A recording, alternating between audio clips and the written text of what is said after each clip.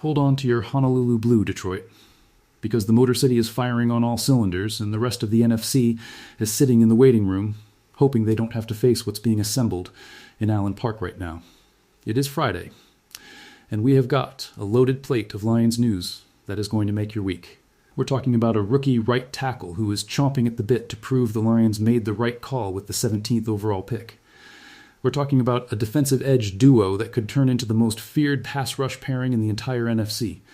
We're talking about Jahmyr Gibbs and whether his role in the passing game is about to shrink and why that might actually be the best possible news for this team. We're going to get into Jared Goff and the no more excuses conversation that's heating up around the league. And yes, we're going to shut down this wild idea about the Lions trading for Chuba Hubbard, because that is a conversation that should have never left the group chat. Let's get into it. First things first. Rookie right tackle Blake Miller has arrived, and brother, this kid is not here to ease into anything. The Lions selected the former Clemson Tiger with the 17th overall pick in the 2026 NFL Draft, and from the moment he walked through the doors of the Meyer Performance Center, he made one thing perfectly clear. He is ready to work. When Miller spoke to the media, he said getting the helmets on and the shoulder pads on makes everything feel more real. Being around the veterans, working with the staff, getting into the grind of it, he described it all as awesome, and you could feel the excitement radiating right through his words. And look, this is not some raw project the Lions are hoping to develop over 3 years. Blake Miller is not that guy. This man started 54 consecutive games at Clemson, set a school record for career snaps from scrimmage, and never missed a single game over 4 years while sitting out just 2 practices. 2. In 4 years. That kind of durability and consistency is almost unheard of at the college level, and it tells you everything you need to know about his character and his work ethic. Lions GM Brad Holmes said after the pick that he's had his eye on Miller for years and loved the fact that he grew as a player and a leader every single season he was in Clemson. Holmes called him big, tough, smart, a finisher, and said everything from a culture standpoint just fits. That is not a throwaway quote. That is a general manager who believes in what he picked. Now here's what makes this situation even more exciting. With Penei Sewell sliding over to left tackle following the departure of Taylor Decker, Miller steps into a competition at right tackle that he is fully expected to win. NFL Films analyst Greg Cosell noted that Miller's 2025 college tape showed a right tackle prospect who was at his best in one-on-one pass protection, and NFL.com's Tom Blair named Miller his number 2 pick for the rookie most likely to succeed in his very first year in the league. The Lions didn't draft this man to sit.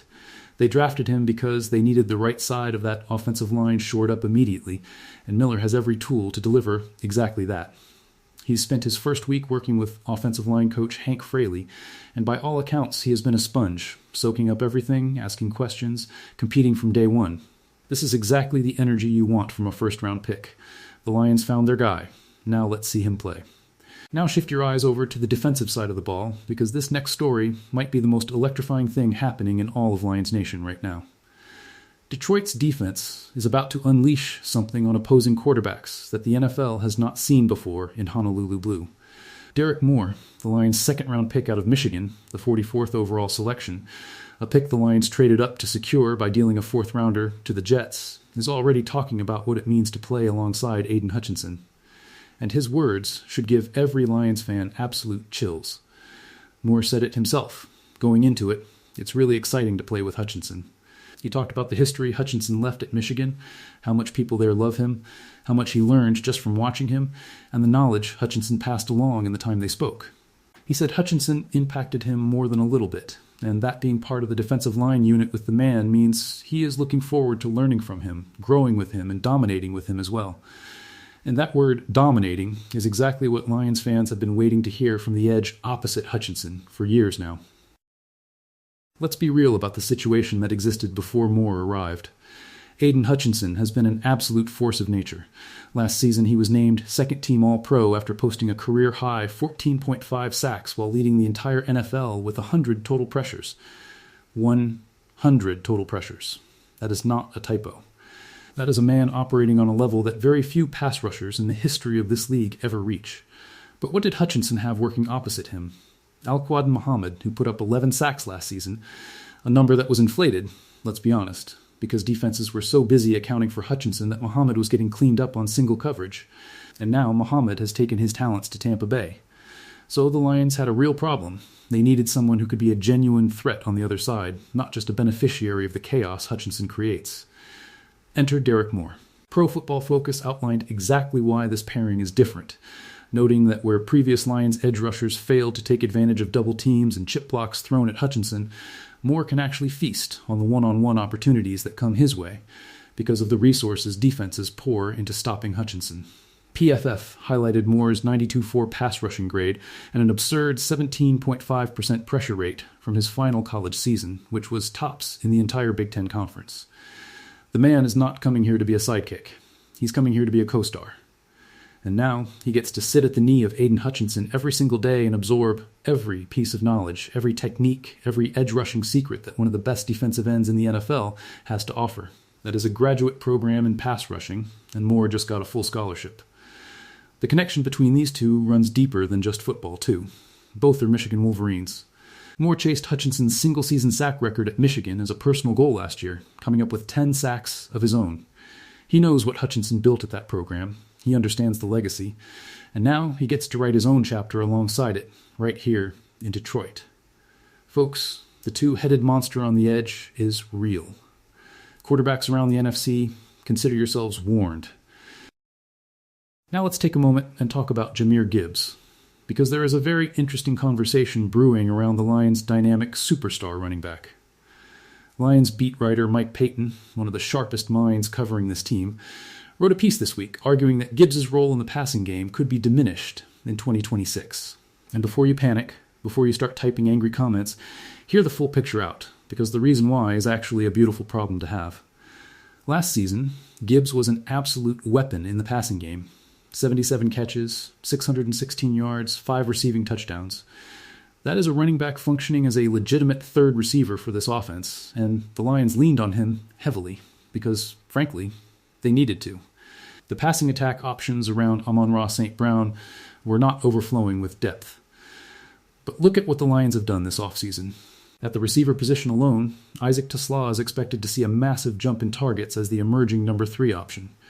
Then there's Greg Dortch, a crafty underneath route runner who specializes in the exact plays Gibbs was being used for: screens, quick outs, underneath crossers. And then there's rookie Kendrick Law, who comes in with a reputation as a bowling ball in the screen game. That short field terror who turns 3 yards into 10 before the defense can blink. Add in the tight end room, where Tyler Conklin joins Sam Laporta to give Jared Goff 2 legitimate options in the passing game at that position, and suddenly the Lions have built an embarrassment of riches when it comes to targets. The pie is the same size, but there are a lot more forks at the table now. That means Gibbs catches fewer passes. It is really that simple. But here is the part that matters most. Gibbs is not losing snaps. He is not losing touches. He is not losing his status as the most dangerous offensive weapon on this football team. With David Montgomery now a member of the Houston Texans, Gibbs is the unquestioned bell cow in Detroit's backfield, the starting running back with former Kansas City Chiefs standout Isiah Pacheco stepping in as the complement. And Dan Campbell himself said it best: Gibbs is a mismatch piece, dynamic, a difference maker, and they don't come around often. Campbell added that Gibbs is just scratching the surface and can still grow both as a runner and a receiver. If anything, the Lions' running game is about to become even more dangerous, because Gibbs is going to get a heavier diet of carries now that he doesn't have to split the workload as evenly as he did with Montgomery. Pacheco, a 2-time Super Bowl champion with Kansas City, gives the Lions a physical, violent downhill runner who can wear down defenses in the fourth quarter while preserving Gibbs for explosive opportunities. The pairing of Gibbs' elite speed and open field threat with Pacheco's grinded-out physicality is a nightmare for any defensive coordinator. This is not a demotion for Jahmyr Gibbs. This is a promotion. This is what happens when a team builds so much talent around their star that the star can stop doing everything and focus on what he does better than almost anyone in football. Gibbs at full throttle, carrying the football between the 20s and exploding into space, is a sight that should terrify the entire NFC North. This is a feature, not a bug, folks. This is the Lions, getting dangerous. Now let's talk about the quarterback, because there is a narrative floating around right now that deserves a direct response. A ranking came out this week placing the Detroit Lions as having the 5th best supporting cast in the entire NFL for their quarterback. 5th in the whole league. And the angle some media members are spinning is that this means Jared Goff has run out of excuses. That if this team falls short again, it is on him. And look, is there some truth to that framing? Sure. Pressure should be on everybody on this roster. That is what competing for a championship feels like. But the idea that Jared Goff has been some kind of weak link dragging this franchise down is something that needs to be challenged with the facts. This is a quarterback who has been to a Super Bowl. He took this Lions team to the NFC Championship game. He reads defenses at an elite level, consistently finds the open receiver, and has been one of the most durable quarterbacks in the NFL. He is not missing weeks, not sitting out games, not coming off injury lists. He takes hits and gets up. He throws accurate passes while absorbing contact. He manages the pocket with intelligence and feel. And when people point to the NFC Championship game as evidence that Goff crumbles in big moments, let's be absolutely clear about what happened in that game. The Lions were a couple of drops away from going to the Super Bowl. Josh Reynolds. Perfect passes. Uncatchable drops. Jared Goff did his job. The ball hit people in the hands and fell on the ground. That is not a quarterback failing in a big moment. That is football being heartbreaking in the way that only football can be. Could Sam Darnold win a Super Bowl? The man just won one. And nobody with a straight face is going to tell you that Jared Goff is not a better quarterback than Sam Darnold. What Goff needs is the machine around him to fire on all cylinders at the right moment. He has the offensive line, a rebuilt one with Miller and Sewell anchoring both edges. He has the running game with Gibbs as the centerpiece. He has the weapons at receiver with St. Brown, Jameson Williams, TeSlaa, Dortch, and Law. He has the tight ends. He has everything. Now it is about execution, when the lights are brightest. Should there be pressure on Goff? Absolutely. Should there be pressure on everybody wearing a Lions uniform this season? 100%. But let's not manufacture a villain where one doesn't exist. Jared Goff is a legitimate starting quarterback on a legitimate Super Bowl contending football team. The conversation should be about when the Lions win it, not whether Goff is good enough to be the one leading them there. Finally, let's squash this running back trade idea before it gains any more oxygen, because some folks are out here suggesting the Detroit Lions should make a run at Chuba Hubbard from the Carolina Panthers. And with all due respect to the people putting this idea into the universe, absolutely not. No thank you. No chance. Think about what the Lions just did. They traded David Montgomery to the Houston Texans. They brought in Isiah Pacheco to be the number 2 running back behind Gibbs. That is the backfield. That is the plan. Carolina's run game is literally built around the same 2 running back concept the Lions pioneered, and Hubbard is the centerpiece of that operation. Carolina is not dealing him away. And even if they were willing to listen, what exactly would the Lions be giving up to get him? A premium pick, most likely. After just trading away Montgomery, what would be the logic? You trade away your proven veteran running back and then immediately trade resources to acquire a running back from another team that was trying to copy your own blueprint? It makes no sense from any angle. Gibbs is going to handle the Lions' share of the carries, pun fully intended. Pacheco is going to come in and give you 5 or 6 tough runs a game, pound the rock when the Lions need to drain the clock, and keep defenses honest. The Lions are good at the running back position right now. They are really, really good. Unless something catastrophic happens at that position, and we hope it doesn't, there is zero reason to disrupt what they have built by chasing a player from a team that would be asking a premium price for someone they are built around. That conversation is officially closed. What the Detroit Lions are putting together for the 2026 season is the kind of roster construction that makes a franchise dangerous.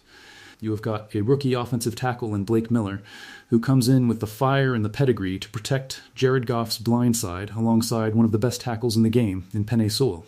You have got a pass rush duo in Aidan Hutchinson and Derrick Moore that could become the most feared edge pairing in the NFC. You have got Jahmyr Gibbs, the consensus number 1 fantasy football pick in the entire country, ready to carry this offense into the postseason. You have got weapons everywhere. And you have got a quarterback who has been to the mountaintop before and knows what it takes to get back there. The Lions are not a team that is still figuring things out. They are a team that has stared at their shortcomings, addressed them with precision in the draft and in free agency, and come out of the offseason looking more complete than they ever have. This is roar time in the D, and if the rest of the NFC is not paying attention, that is their problem. Detroit is coming, and Detroit is ready. Hey, If you made it this far, you are exactly the kind of Lions fan this channel was built for.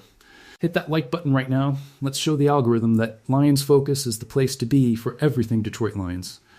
Drop your thoughts in the comments. Who are you most excited about heading into 2026? Blake Miller, Derrick Moore, or is it Jahmyr Gibbs taking over as the undisputed #1 back? I want to hear from you. And if you have not subscribed yet, what are you waiting for? Hit that subscribe button and the notification bell so you never miss a single Lions news drop. We do this every single day because this team deserves it, and so do you. Lions Focus, we stay locked in so you do not have to miss a thing. See you next time.